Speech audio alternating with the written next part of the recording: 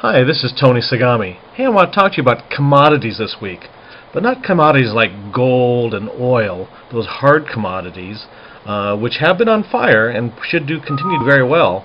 But I want to talk to you about what are called the soft commodities, and those are the non-minerals, non-metals, things that we eat, drink, and use for clothing.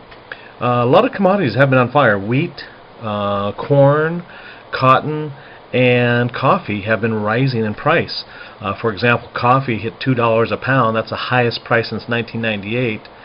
Cotton recently hit $1 a pound, and that's the highest price in 15 years. So those are very attractive commodities, but I would caution you, not all commodities are moving for the same reasons.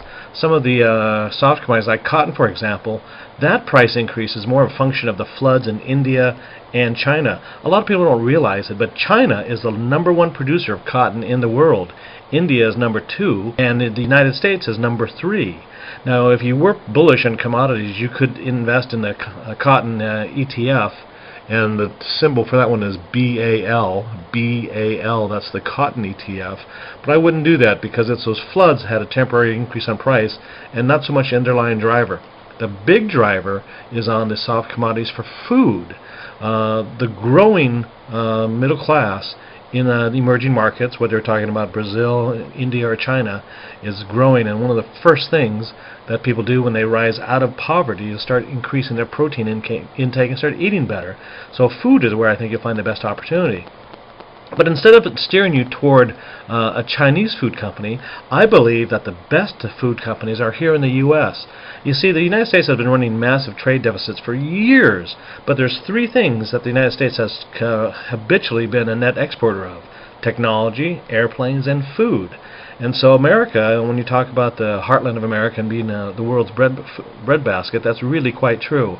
And so if you want to invest in the food plays, and which I think has a long multi-decade trend to go, I would take a look at some American food stocks. There's three that I think very highly of.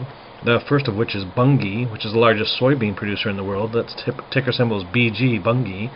Also Archer Daniels Midland, the ticker is ADM. And lastly, Corn Products International, the ticker is CPO. The food rally is going to last for decades. The world is growing, it's more prosperous, and agricultural land is getting more scarce by the year as we put more of it into development. That food rally has a long ways to go, and I think it's one of the most persistent, powerful trends you'll see for the next few decades. Put some food in your portfolio, and you'll be very happy that you did. Until next week, this is Tony Sagami signing off.